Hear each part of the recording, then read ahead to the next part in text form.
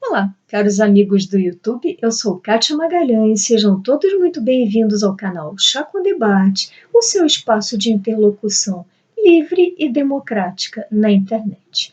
Hoje, enquanto o parlamento brasileiro decretava luto oficial de 3 dias pelo aumento expressivo no número de mortes por Covid-19, vários ativistas pró-Bolsonaro se reuniam diante do Palácio da Alvorada para praticar o que chamaram de tiro ao alvo, entre aspas, com balões de água atirados na direção de banners que exibiam algumas imagens, como, por exemplo, a da deputada federal Joyce Hasselmann, a do ministro do Supremo Alexandre de Moraes e a do ex-ministro Sérgio Moro. Vamos discutir um pouco esse evento. Em primeiro lugar, acho que esse evento, esse triste fato, mostra uma total alienação à realidade objetiva pela qual estamos passando. Ao depararmos com aquelas pessoas, quer me parecer que aquelas pessoas sequer consigam perceber que estamos vivenciando uma pandemia gravíssima que nos ameaça a cada esquina, se por um acaso tivermos de sair de casa, e nos ameaça em nossas próprias casas, pela comida que nos chega dos mercados, por qualquer coisa que possa chegar às nossas mãos, aos nossos pés. Então, observamos em primeiríssimo lugar, a meu ver, um enorme distanciamento da realidade objetiva, quase uma esquizofrenia. Em segundo lugar, um tópico que me chamou a atenção é um enorme reducionismo na linguagem daquelas pessoas. Por quê? Porque acredito que, se nós perguntarmos a algum daqueles ativistas isoladamente qual a razão que verdadeiramente os levou a atirar aqueles jatos de água na imagem daquelas pessoas, acredito que dificilmente algum deles saberá responder ao certo.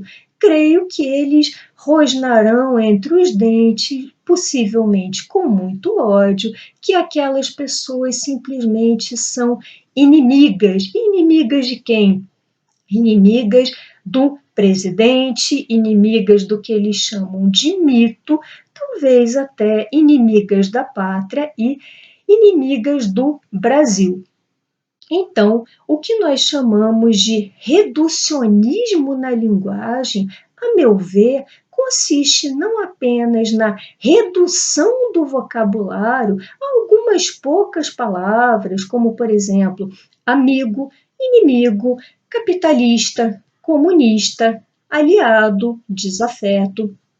Além da redução de um vocabulário inteiro a umas poucas palavras, acredito que o reducionismo também se manifeste na redução da quantidade de sentidos para cada uma dessas palavras. E aí, o que tenho observado ao ouvir o próprio presidente da República, ao ouvir muitos de seus apoiadores, é que há praticamente uma abolição da polissemia. O que é isso? Dos múltiplos sentidos que podem ser apresentados por cada uma dessas palavras, e aí cada uma delas passa a ter um sentido único, um significado único, que é aquele ditado pelo líder da tribo, pelo chefe, pelo grande mito. Esse cenário inevitavelmente me remete a um clássico cuja leitura desde já sugiro a vocês, caso ainda não tenham feito, que é o livro intitulado 1984, escrito por George Orwell.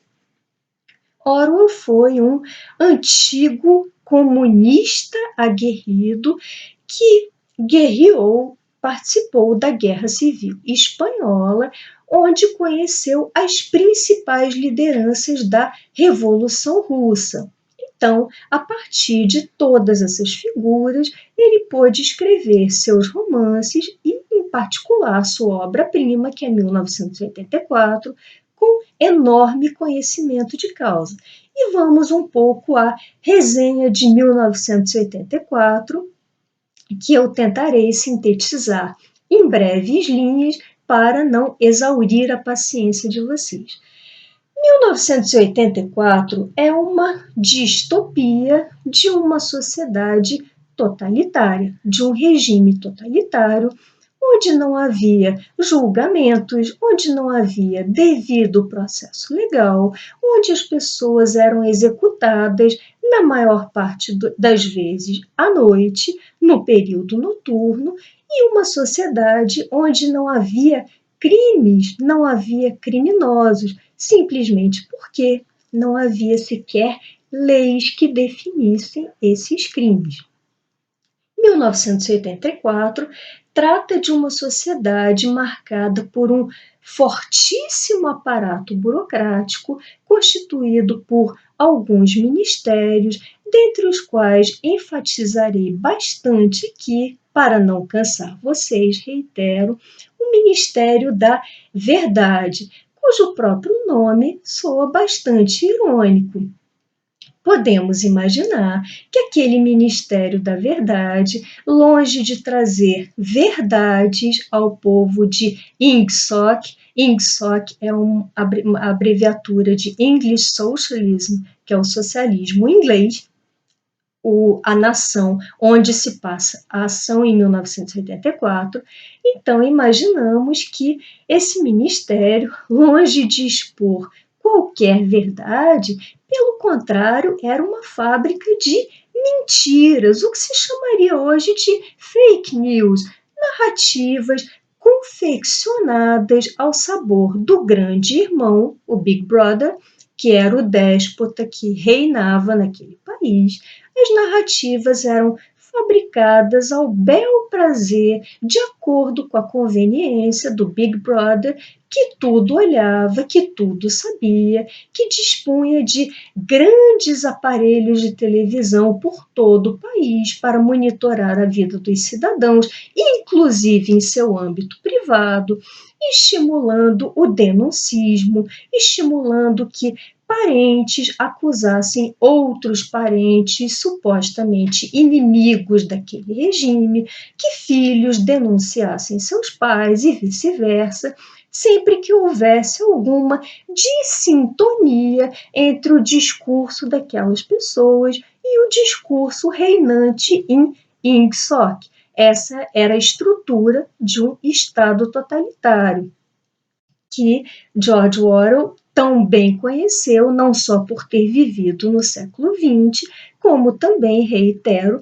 por ter conhecido de muito perto as grandes lideranças da Revolução Russa. Em Ingsoc havia 2 minutos diários que eram dedicados a quê?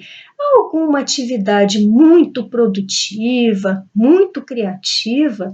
Não, de modo algum. Eram 2 minutos dedicados ao ódio, os chamados minutos de ódio, em que a população era reunida, é claro, compulsoriamente, para gritar, para bradar o seu ódio contra uma determinada pessoa que era considerado o inimigo público número 1 do grande irmão. E quem era essa pessoa? Havia sido um líder revolucionário que havia lutado, havia pego em armas ao lado do grande irmão e que depois teria tido desavenças com esse grande irmão e se tornou imediatamente o inimigo público número 1 daquela coletividade, daquele Estado. Esse tal inimigo público parece ter sido muito baseado, muito inspirado na figura de Leon Trotsky, um importante líder da Revolução Russa, que em seguida teve uma forte dissidência com Joseph Stalin, inclusive foi exilado no México e morto por ordens de Stalin. E, por fim, o aspecto mais interessante, a meu ver, em Ingsoc, e que diz respeito ao tema do vídeo de hoje, era a enorme preocupação daquela ditadura com o quê? Com armas, com rebeliões, nem tanto. A principal preocupação, diria eu, era com a linguagem. Isso mesmo. Tão preocupado se via o Big Brother com a linguagem, com a forma como as pessoas se expressavam, se manifestavam, que começou a criar uma nova língua, a chamada novilíngua, ou em inglês Newspeak. E que novilíngua era essa? Era exatamente a expressão do que estou chamando aqui de reducionismo do vocabulário. Por quê? O Big Brother não só abolia um enorme percentual das palavras então existentes na língua, que era chamada Old Speak, era a velha língua, era a língua do regime anterior, do dito regime que havia sido derrubado, e substituiu esse vocabulário por um vocabulário restritíssimo, sem polissemia, onde as poucas palavras que haviam restado tinham apenas o sentido comandado, ditado por aquele tirano. Encerrando por aqui a resenha do grande clássico 1984, onde eu realmente pretendia chegar. Gostaria de refletir com vocês e gostaria, inclusive, de ouvir muito a opinião de vocês a esse respeito. Gostaria de refletir junto com vocês sobre o enorme poder da linguagem ou da redução desta como ferramenta para a forja, para a criação de regimes totalitários, de regimes bastante autoritários. E aí nos remetemos, reitero eu, tanto a vários discursos do presidente, de seus apoiadores, ao evento, ao triste evento narrado no vídeo de hoje. E, já nos encaminhando para o nosso encerramento, não poderíamos deixar de mencionar a triste entrevista concedida pela senhora Regina Duarte, alguns dias atrás, ao canal CNN. Durante essa entrevista, Regina desempenhou, creio eu, o seu pior papel. Por quê? Porque louvou com todas as letras o regime militar em sua pior face, nos seus piores aspectos, minimizou as barbáries de uma tirania, minimizou inclusive torturas, mortes, dizendo que na humanidade sempre houve torturas, mortes e que Stalin teria matado muito mais pessoas que o regime militar. Sim, de fato, Stalin matou mais pessoas que o regime militar. O regime soviético durou muito mais décadas que o regime militar. De toda forma, um problema, um crime, não justifica outro crime. E não se pode admitir que uma secretária de cultura, venha a público louvar atos antidemocráticos, atos que afrontam visivelmente o nosso Estado de Direito e minimizar a barbárie. Sabemos que a espécie humana, sobretudo conservadores céticos como eu, acreditam muito nisso. Sabemos que a espécie humana não possui uma natureza propriamente gentil, uma natureza bondosa. Nós nos esforçamos para nos aprimorar e para conseguir manter um convívio social minimamente saudável com o outro, na nossa família, no nosso espaço público.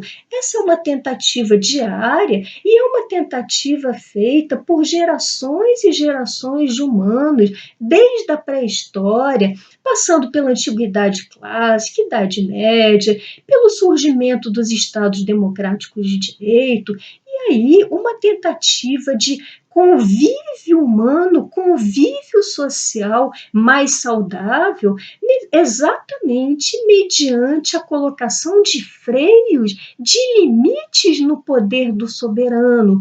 do próprio titular do poder. E aí vem uma secretária de cultura, uma pessoa paga com os recursos dos nossos impostos e ousa, numa rede de televisão, louvar ditaduras e amenizar crimes horríveis contra a humanidade, que são os crimes de tortura, de morte, uma conduta totalmente inaceitável, que mostra exatamente como, a partir do reducionismo do vocabulário, que foi identificado inclusive nessa fala da senhora Regina Duarte, a partir desse reducionismo e da própria corrupção na linguagem, você faz com que seres humanos se abstenham, deixem de exercer a atividade que os torna humanos, que é o próprio ato de pensar. E aqui lembremos que nós só pensamos porque falamos. Nós somos animais de razão porque somos os únicos animais falantes na natureza. Isso já está mais que provado pela neurociência. Então, um instrumento muito poderoso de regimes totalitários, de regimes com viés ditatorial, é exatamente o uso da linguagem, a redução no vocabulário e a eliminação da polissemia, que nos faz pensar em sentidos, em significados múltiplos para cada palavra. E agora, finalizando, para não exaurir a paciência de vocês, acho que, diante de todos esses eventos tão graves que temos comentado bastante aqui nesse canal, acho que as instituições devem tomar medidas sérias, medidas drásticas, sob pena de desaparecerem e aí, com elas, desaparecer o próprio Estado de Direito. Bom, essas eram as reflexões que eu gostaria de compartilhar com vocês hoje. Se tiverem gostado desse vídeo, deixem seus likes, comentem. Por hoje me despeço e até o próximo Chá com Debate.